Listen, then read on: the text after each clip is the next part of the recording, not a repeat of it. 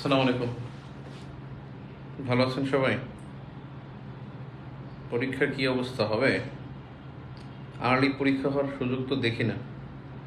আর BPSC সংস্কার না করে মনে হয় কিছু করবে না, অর্থাৎ নতুন কমিশন মনে হয় আসবে না, আসে তো উপায়ও নাই।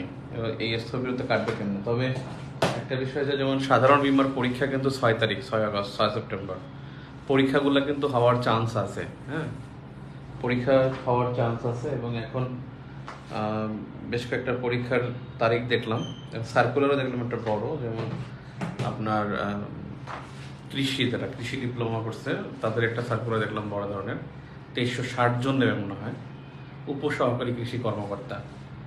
কৃষি ডিপ্লোমা বা এটা মানে যারা ডিগ্রি করা তারাও এখানে পরীক্ষা দিতে পারবে। 2360 জন নেবে মনে হয় উপসহকারী কর্মকর্তা। আর আপনারা গতকালকে, অর্থাৎ গত 29 আগস্ট, গতকালকে প্রথম আলোর যে কলাম, কামাল আহমেদ মজুমদার, কামাল আহমেদ যিনি আগে বিবিসিতে ছিলেন, এখন ফ্রিল্যান্সার রাইটার, উনি একটা কলাম লিখছিলেন। ওটা কলামটা খুবই স্মার্ট। ওটা কলামটা একটু দেখেন, অন্তর্বর্তীকালীন সরকার নিয়ে এবং সংবিধান সংশোধন করার ক্ষমতা নিয়ে। গতকালকের, অর্থাৎ 29 আগস্ট, প্রথম আলোতে কামাল আহমেদের কলামটা, এটা খুবই গুরুত্বপূর্ণ। আর বিষয়টা এখন একটু সমসাময়িক, মানে পত্রিকার দিকে একটু নজর দিবেন, কারণ এখন কিন্তু আপনারা যে গতানুগতিক পড়ে আসছেন বা গতানুগতিক যে ধারা, ওটা বাইরেই প্রশ্ন হওয়ার চান্সেস বেশি, ওটার পার্সেন্ট বেশি।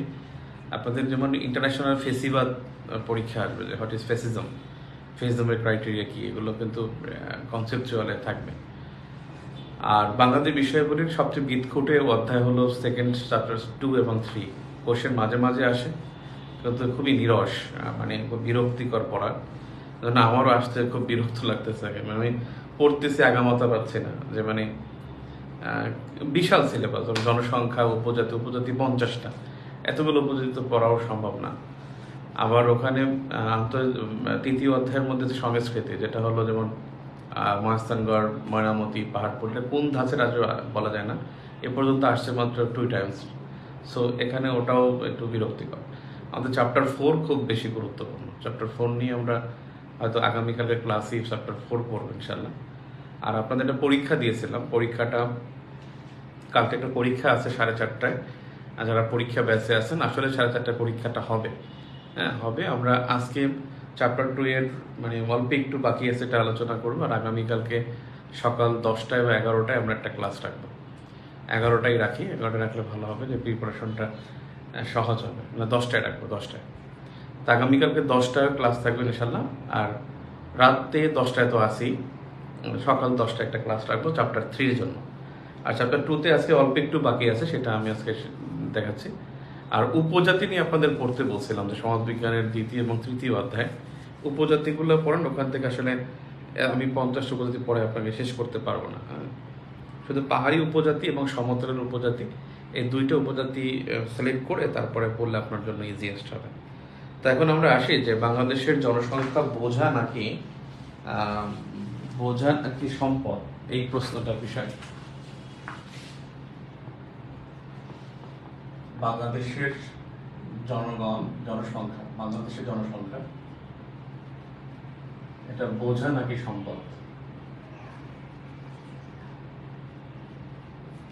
এখন ব্যাপারটা সাবটাকে মেনশন করতে হবে, সম্পদ কি, জনসংখ্যা কখন সম্পদে পরিণত হয়। জনসংখ্যা সম্পদে পরিণত হবে যখন সে শিক্ষিত হবে,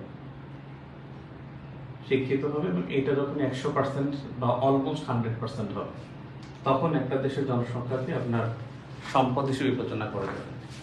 প্রযুক্তিগত জ্ঞান এটা কমপক্ষে 25 থেকে 30% মানুষের থাকতে হবে। এবং একটা মডার্ন স্টেটের মধ্যে, যে একটা দেশ যখন আধুনিক হয়, তখন জনগণের 4টা নলেজ লাগে। একটা হলো কৃষি, শিল্প, তারপরে হলো শিক্ষা, এবং হলো প্রযুক্তিগত জ্ঞান। এই 4টা জ্ঞান যখন তার মানে আধুনিক হয়, 4টা সেক্টর যখন আধুনিক হয়, তখনই রাষ্ট্রটা আসলে কি হয়, আধুনিক রাষ্ট্রে রূপান্তরিত হয়। তো প্রযুক্তিগত জ্ঞান থাকতে হয়। তারপর হলো কর্মসংস্থান থাকতে হয়, তারপরে হলো তার সম্পদের প্রাচুর্যতা থাকতে হয়,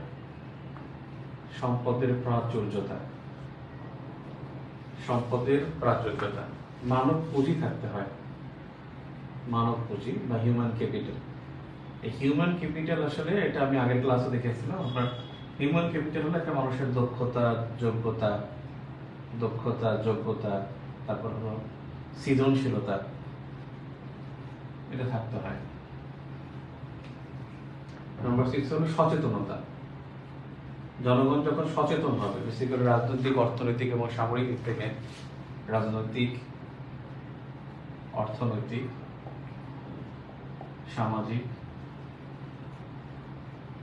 তারপরে হলো সামাজিক, তারপরে হলো সামরিক দিক থেকে, সামরিক জ্ঞান, এসব দিক থেকে যখন সচেতনতা হবে তখন একটা রাষ্ট্রের সম্পদে পরিণত হয়। কূটনৈতিক নৈপুণ্যতা, কূটনৈতিক নৈপুণ্যতা, অসাম্প্রদায়িক চেতনা, অসাম্প্রদায়িক চেতনা, অসাম্প্রদায়িক চেতনা, কূটনৈতিক নৈপুণ্যতা, সচেতনতা, মানব পুঁজি, তারপরে সম্পদের প্রাচুর্যতা, কর্মসংস্থান, প্রযুক্তিগত জ্ঞান, শিক্ষিত হবে, শিক্ষা, তারপরে হলো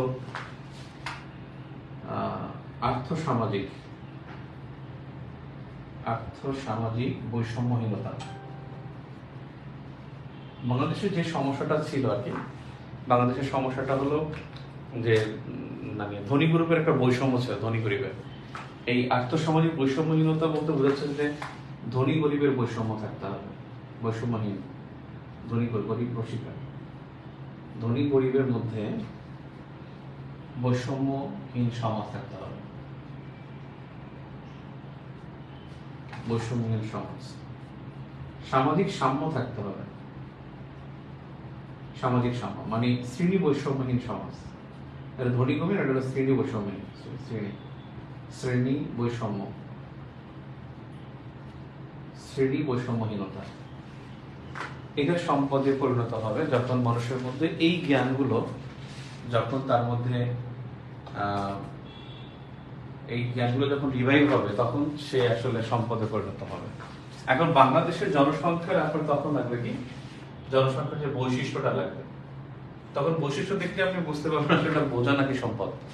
হ্যাঁ, জনসংখ্যার যে বৈশিষ্ট্য, জনসংখ্যার যে কাঠামোগত বৈশিষ্ট্য, কাঠামোগত বৈশিষ্ট্য যদি থাকে তখন আপনি এটা মেনশন করলেই আসলে বুঝতে পারবেন আসলে যে সে সম্পদ, আমাদের সম্পদ নাকি বোঝায়।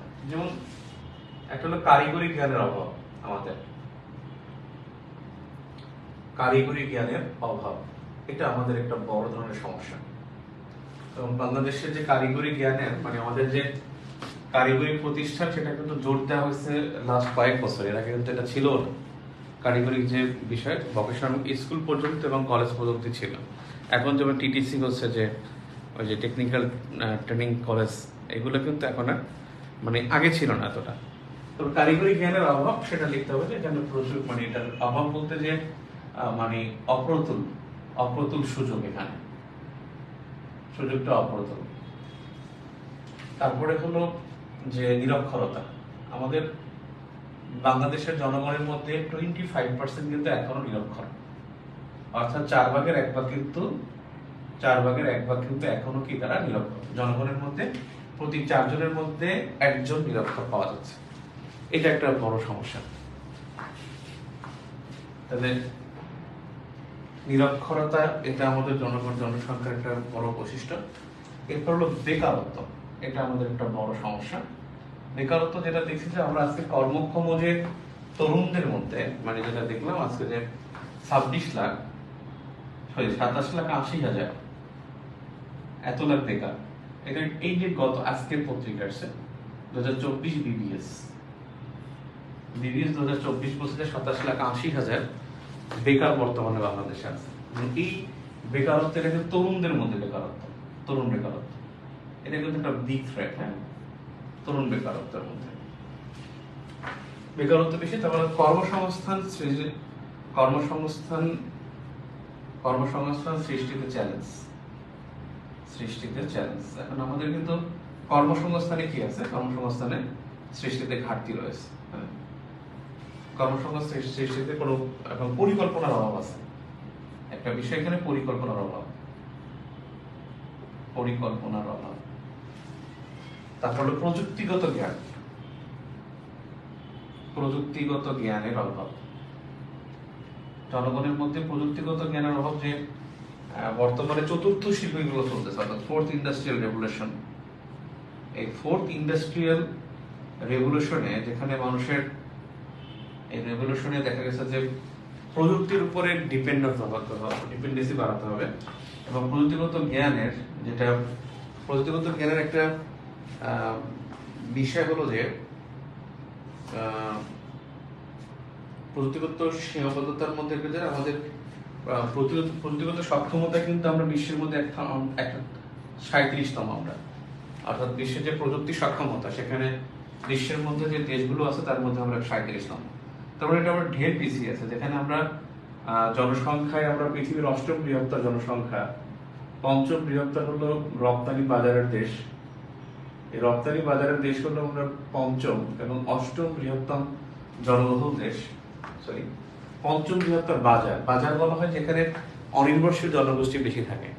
অনির্ভরশীল জনগোষ্ঠী হিসেবে আমরা বেশি কিন্তু 5ম, ডেমোগ্রাফিক ডিভিডেন্ডের মধ্যে আমরা পড়ছি, সেখানে কিন্তু আমরা এখানে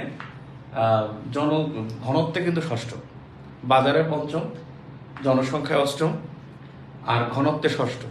তো সেখানে এই অবস্থার মধ্যে আমাদের কিন্তু প্রযুক্তিগত সক্ষমতা আমাদের অনেক এগিয়ে থাকার কথা। নাম্বার 6, পেশাদারিত্বের অভাব। আমাদের কিন্তু পেশাদারিত্ব বলতে কোনটাকে বোঝে? অনেকে মনে করে যে প্রফেশনালিজম মানে মনে হয় নেগেটিভ, অনেকে মনে করে এটা আসলে প্রফেশনালিজম কিন্তু পজিটিভ, যে পেশাদারিত্বের অভাব। কর্মক্ষেত্রে যেটা দেখতে পাই, পেশাদারিত্বের একটা অভাব খুব লক্ষণীয়। তারপরে হলো অদক্ষ শ্রম। অদক্ষ শ্রম শক্তিটা বিশাল হলো অদক্ষ, এবং দেখা গেছে যে বাংলাদেশের জনগণের যে বৈশিষ্ট্য সেটা হলো যে দেখবেন আপনি যিনি টেকনিক্যাল সেক্টরে পড়াশোনা করছেন তারও কিন্তু কিছু ঘাটতি আছে। আর আমরা হলাম যে মানে আমাদের শ্রমের ক্ষেত্রে যে ডাইভার্সিফিকেশনটা কম। অদক্ষ শ্রম দিকে একটা লাইন অ্যাড করে দিলেই চলবে। তারপরে হলো 8 নম্বরে সম্পদের অপ্রতুলতা, সম্পদের অপর্যাপ্ততা। তাহলে সম্পদের অপর্যাপ্ততা আছে, বৈষম্য আছে, বৈষম্যমূলক সমাজ, বৈষম্যমূলক সমাজ। তারপর দারিদ্র্যের হার কিন্তু তুলনামূলক বেশি, দারিদ্র্যের হার বেশি। এখনো বাংলাদেশে দেখা গেছে যে আপনার দারিদ্র্যের হার 18.7%, এটা পভার্টি, যে 18.7 এবং 5.6% এটা হলো একিউট পভার্টি বা অতি দারিদ্র। এই অতি দারিদ্র হলো 5.6 আর 18.7 হলো পভার্টি। দারিদ্র্যের হারটা আমাদের জনসংখ্যার মধ্যে বেশি। অপুষ্টি একটা খুব গুরুত্বপূর্ণ বিষয়। অপুষ্টি একটা আমাদের বড় একটা সমস্যা। জনসংখ্যার মধ্যে অপুষ্টি যেখানে হলো 65% কিন্তু জিঙ্কের ঘাটতি, মানে জিঙ্কের ঘাটতিতে আছে 65% মানুষ। WS এর প্রতিবেদন 2022 তারা বলছে যে বাংলাদেশে 65% জিঙ্কের ঘাটতি তারা কিন্তু ফেস করে। তারপরে হলো ঘনবসতিপূর্ণ জনসংখ্যার পাশাপাশি ঘনবসতিপূর্ণ থাকার কারণে অনেক সুযোগ সুবিধা থেকে বঞ্চিত হতে হয়। ঘনবসতি থেকে বিশ্বের মধ্যে 6ষ্ঠ বৃহত্তর দেশ। তারপরে হলো আমদানি নির্ভর ব্যবসা, আমদানি নির্ভর ব্যবসা বা আমদানি আমাদের বেশি করতে হচ্ছে, আমদানি করতে হচ্ছে বেশি, আর রপ্তানি করতে হচ্ছে, রপ্তানি যেটা হয় তার সাথে আমদানি বেশি করতে হয়। আমদানি নির্ভর ব্যবসা। নাম্বার 14 যেটা হলো বিওপি ঘাটতি, ব্যালেন্স অফ পেমেন্টের ঘাটতি, ব্যালেন্স অফ পেমেন্টের ঘাটতি। তাহলে ঘনবসতিপূর্ণ লিখলে চলবে, আর এইটা হলো যে এই কয়েকটা পয়েন্ট আমি আলাদা করে লিখি। ঘনবসতিপূর্ণ পর্যন্ত যদি লেখেন এটা জনসংখ্যার কাঠামোগত বৈশিষ্ট্যের মধ্যে পড়বে। আর অন্যান্য যেটা বলতে পারেন যে অন্যান্য সমস্যার কারণে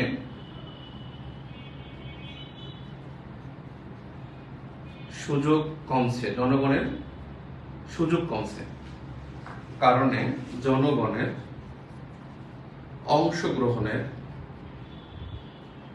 সুযোগ কমছে। অন্যান্য সমস্যার কারণে জনগণের অংশগ্রহণের সুযোগ কমছে। এখানে এক দিবেন বা ক দিবেন, এটা খ দিবেন যে বিওপি ঘাটতি অর্থাৎ ব্যালেন্স অফ পেমেন্ট কিন্তু আমাদের ঋণাত্মক balance of payment. Balance of payment হলো ঋণাত্মক। তারপর হলো ব্যবসা সক্ষমতা, এখানে কিন্তু ব্যবসা সক্ষমতা হ্রাস। আমাদের এই ব্যবসা সক্ষমতা সূচকে 141টা দেশের মধ্যে আমরা কিন্তু 105তম। না, ব্যবসা সক্ষমতা হ্রাস যেটা, এটা হলো যে 11টি সূচকের মধ্যে 7টিতে ঋণাত্মক, 7টিতে মাইনাস। 11টি সূচকের মধ্যে 7টিতে আমাদের হলো ঋণাত্মক। নাম্বার ঘ হলো প্রতিযোগিতার সক্ষমতা। প্রতিযোগিতার সক্ষমতা হ্রাস, যেটা 2022 সালে ছিল 103তম, সেটা আমরা হয়ে গেছে 2023 সালে, এটা হয়ে গেছে 105তম।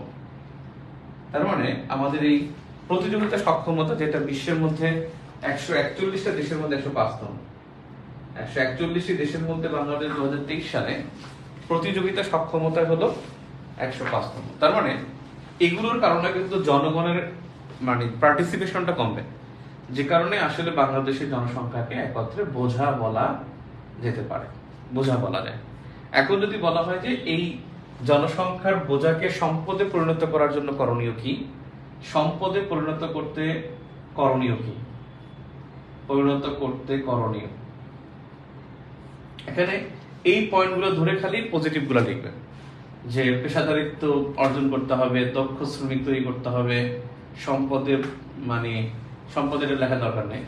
তারপরে বৈষম্যমূলক সমাজ, এটাকে বৈষম্যহীন সমাজের মধ্যে নিয়ে আসতে হবে, দারিদ্র্যের হার কমাতে হবে, অপুষ্টির ঘাটতি পূরণ করতে হবে, এবং এখান থেকে যে পয়েন্টগুলো আছে এই দুইটাকে অ্যাডজাস্ট করে যতগুলো পয়েন্ট বৃদ্ধি করতে পারে।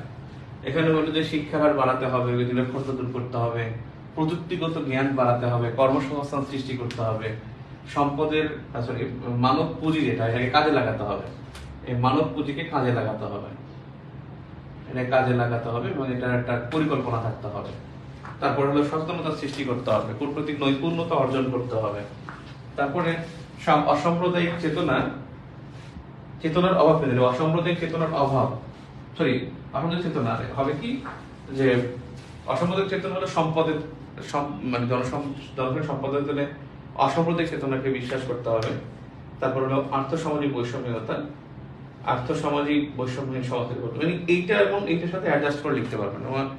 I know you do well, ইনশাআল্লাহ। তাহলে এইটা প্রশ্নটা মোটামুটি আলোচনা হলো। এখন একটা বিষয় হচ্ছে নৃগোষ্ঠী, উপজাতি, এগুলোর মধ্যে পার্থক্য কি, এগুলো পরীক্ষা আসে।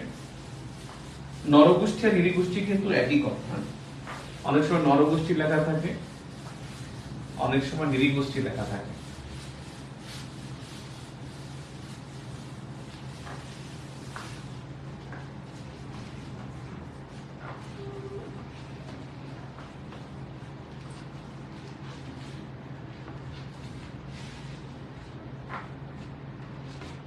আসলে এমন একটা সময় আপনাদের পড়াশোনা তো হয় না, মনে হয় কেমনে পড়বেন। আমার তো মনে হয় না 2024 সালে রিটেন পরীক্ষা হবে না, মনে হয় না। ওইটা অলৌকিক কিছু। কালকে আবার চিফ অ্যাডভাইজার পলিটিক্যাল পার্টির সাথে সংলাপ করবে, সবাইকে ডাকবে, হয়তো তারা প্রেশার ক্রিয়েট করবে নির্বাচন দেওয়ার জন্য। তারা যখন নির্বাচনমুখী হয়ে গেলে তো তখন তো আবার আরেকটা ঝামেলা, যে সেটেল হইতে আবার সময় লাগবে।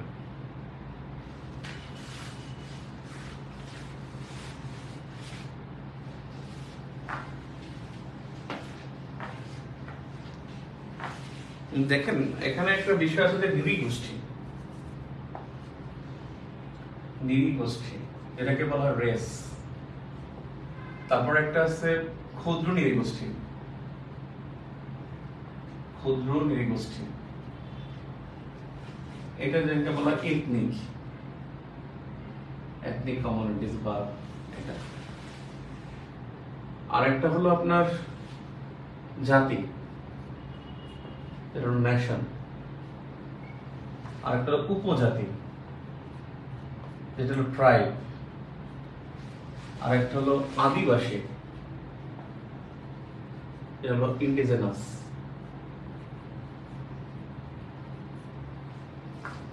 এই পাঁচটা টার্মের মধ্যে একটু পার্থক্য আছে। নৃগোষ্ঠী, আদিবাসী, উপজাতি, জাতি, ক্ষুদ্র নৃগোষ্ঠী আর নৃগোষ্ঠী। দেখেন আদিবাসী যেটা, আদিবাসী বেসিক্যালি হলো যে ভৌগোলিকভাবে স্বতন্ত্র এবং ঐতিহ্যবাহী বাসস্থান, পূর্বপুরুষের অঞ্চল, সেটা হলো আদিবাসী। অর্থাৎ আদিবাসীটা হলো ভৌগোলিকভাবে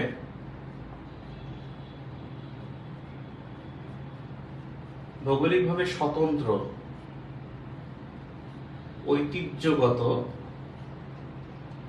ঐতিহ্যগতভাবে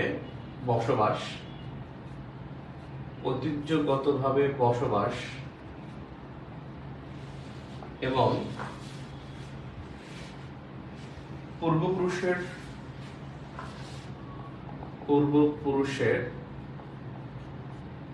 পরিচয়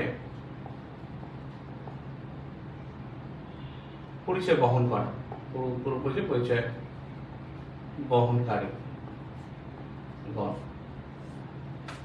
বসবাসকারী এবং পূর্ব পরিচয় বহনকারী। অর্থাৎ এখানে ব্যাপারটা হলো যে যেখানে আদিবাস সেখানে বসবাস, সহজ কথায় যেখানে আদিবাস সেখানে বসবাস, এটা হলো বেসিক্যালি আদিবাসী।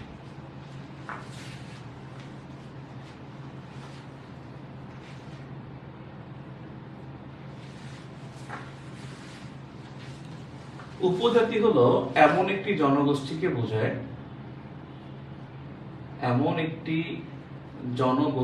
বোঝায় যারা আলাদা রাষ্ট্র গঠন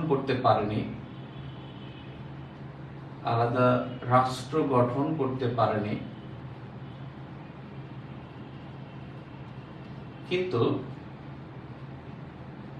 স্বতন্ত্র সংস্কৃতি গড়ে তুলতে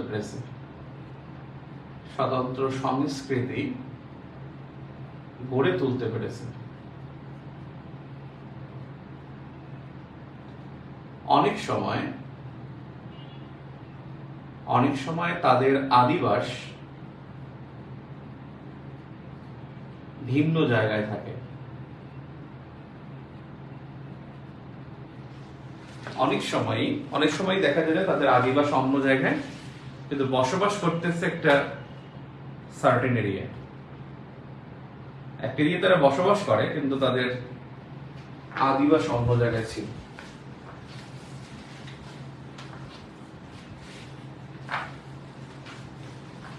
এটা উপজাতি, যে এমন একটি জনগোষ্ঠী যারা আলাদা রাষ্ট্র গঠন করতে সক্ষম হয়নি,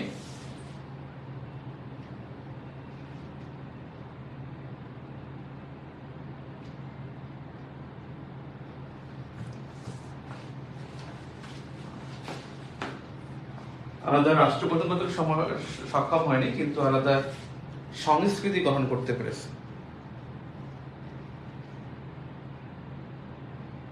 এই চ্যাপ্টারের পিডিএফ একটা দেব, ছোটখাটো পিডিএফ আছে,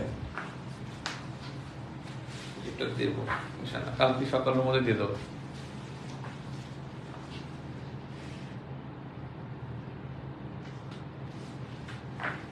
জাতি হচ্ছে ঐতিহাসিকভাবে গড়ে ওঠা, ঐতিহাসিকভাবে বিকশিত জনগোষ্ঠী। এদের ভাষা এক,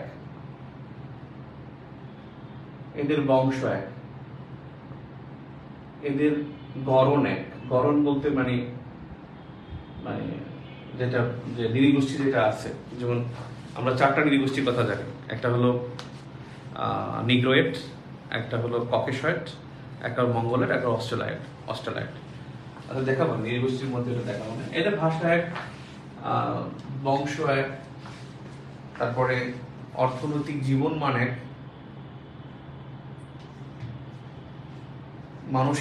মানসিকতা এক, বা এদের মানসিকতা এক, অর্থনৈতিক জীবন মান এক,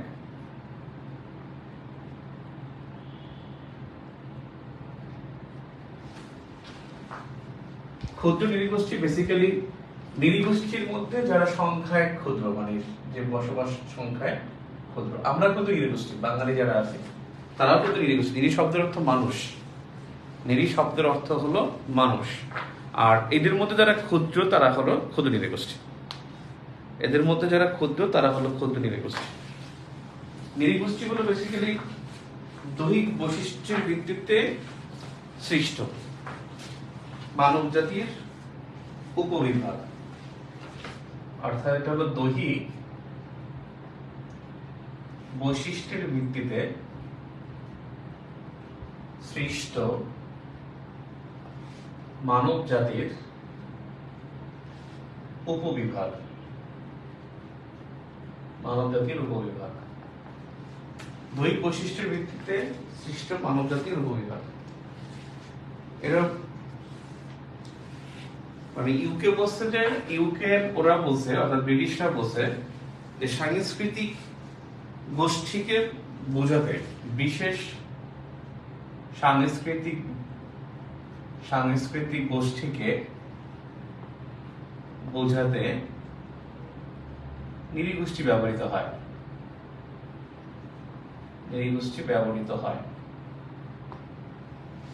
ইউকেটা বলছে। যেমন প্রত্নতাত্ত্বিকরা যারা, আর্কিওলজিস্ট যারা, প্রত্নতাত্ত্বিকগণ তারা আবার কি বলছে?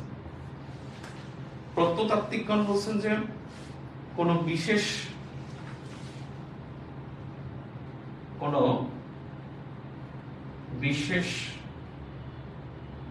মানব জাতির বিশেষ উপবিভাগ, মানব জাতির বিশেষ উপবিভাগ যারা বিশেষ বৈশিষ্ট্য ধারণ করে। ওদের কথা তো কঠিন, বৈশিষ্ট্য ধারণ করে। এটা প্রত্নতাত্ত্বিকদের মধ্যে যে নৃগোষ্ঠী এরা। এখন নৃবিজ্ঞানীরা মানব গোষ্ঠীকে 4টি উপবিভাগে ভাগ করেছেন। মানব গোষ্ঠীকে 4টি উপবিভাগে ভাগ করে। 4টি উপবিভাগে ভাগ করে।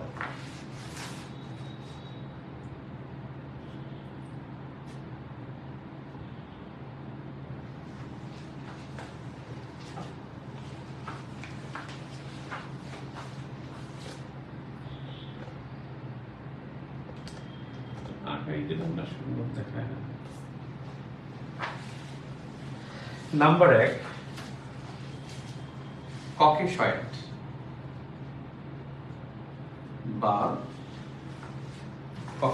বা হলো শ্বেতকায়।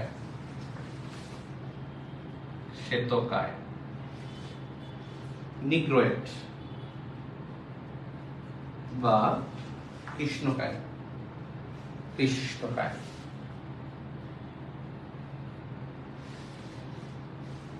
3, মঙ্গলয়েড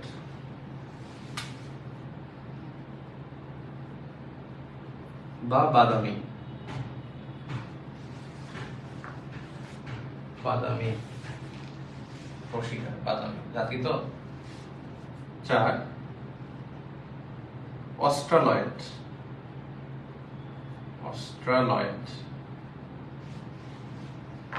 ব্যাপারটা হলো অস্ট্রালয়েড কারা? যারা আপনি দেখেন না যে যারা একটু খাটো হয়, নাক মোটা হয়,